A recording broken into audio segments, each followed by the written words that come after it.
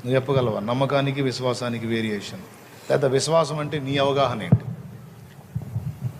చూద్దాం ఈరోజు దైవజనుల సంగతి చూద్దాం. హెబ్రీ పత్రిక 11వ అధ్యాయంలో విశ్వాసాన్ని గురించి చెప్పబడింది.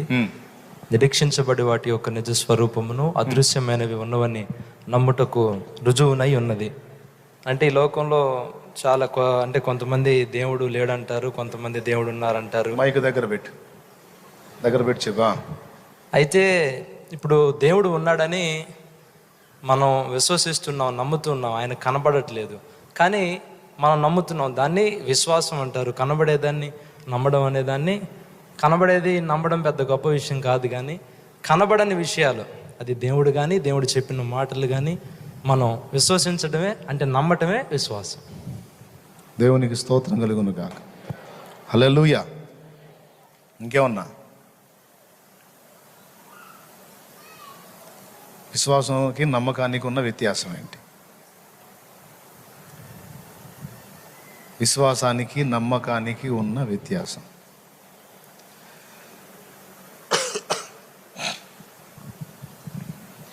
అశోక్ బ్రదర్ ఉన్నాడు, సంపన్నుడు, భరోసా ఇచ్చాడు, ఆల్రెడీ ఆర్థికంగా స్థితి కలిగి ఉన్నాడు. నాకు అవసరం ఉంది, ఆల్రెడీ మాకు మంచి ఫ్రెండ్షిప్ ఉంది కాబట్టి, అతను కూడా సంపన్నుడు కాబట్టి, అనుకూలత ఉంది కాబట్టి, సాధ్యమే కాబట్టి బాగా వినాలి. నా అవసరతకి అతను సహాయం చేస్తాడని నేను నమ్మకం ఉంచుతా. అవసరమైనప్పుడు కూడా అదే చెప్తా పోయి, నువ్వు ఉన్నావని నమ్మకంతో నీ దగ్గరకు వచ్చాను బ్రదరో, మరి నువ్వే సాయం చేయాలి, నిన్నే నమ్మాను. నేను ఎందుకు నమ్మా? నేను నమ్మటానికి అక్కడ ఆధారం ఉంది.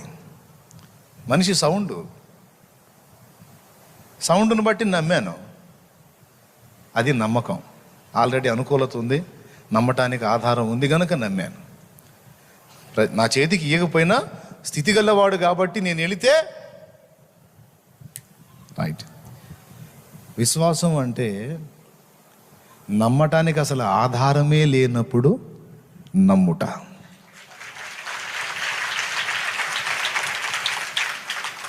అర్థమైందా? దేవునికి స్తోత్రం చెప్పండి. ఎరికో గోడల చుట్టూ తిరిగి ప్రదక్షిణం 7 సార్లు చేసి 7వసారి గట్టిగా స్తుతించండి అన్నాడు. 7వసారి గట్టిగా స్తుతిస్తే ఏమైంది? ఆ కోట గోడలు, యెరూషలేము ప్రాకారపు గోడలు కూలిపోతాయి. అంతకుముందు ఎప్పుడన్నా జరిగిందా? సముద్రం అంటే పాయలైంది, బండ అంటే నీళ్ళు ఇచ్చింది, ఆకాశం నుండి ఆహారం అయితే కురిసింది, ఇవన్నీ తెలుసు. కానీ ఒక 2 రథాలు ఆ గోడ మీద ఇటు అటు తిరుగుతాయి అంటే గోడ ఎంత పెద్దదో ఊహించండి, ఎంత పకడ్బందీగా కట్టారో ఊహించండి. బాంబులు కూడా అంత తేలిగ్గా అలివి కానంత పెద్ద గోడలు అవి. అంత పెద్ద గోడలు మానవ స్వరానికి ఎట్ట బద్దలవుతాయి చెప్పండి? ఆధారం ఉందా నమ్మటానికి? కానీ దేవుడు చెప్పాడు, యెహోషువ చేశాడు. అంతకుముందన్నా అవి జరిగి ఉంటే ఇప్పుడు కూడా జరిగిద్దిలే, అంతకుముందు చేశాడుగా అని ధైర్యం చేయొచ్చు.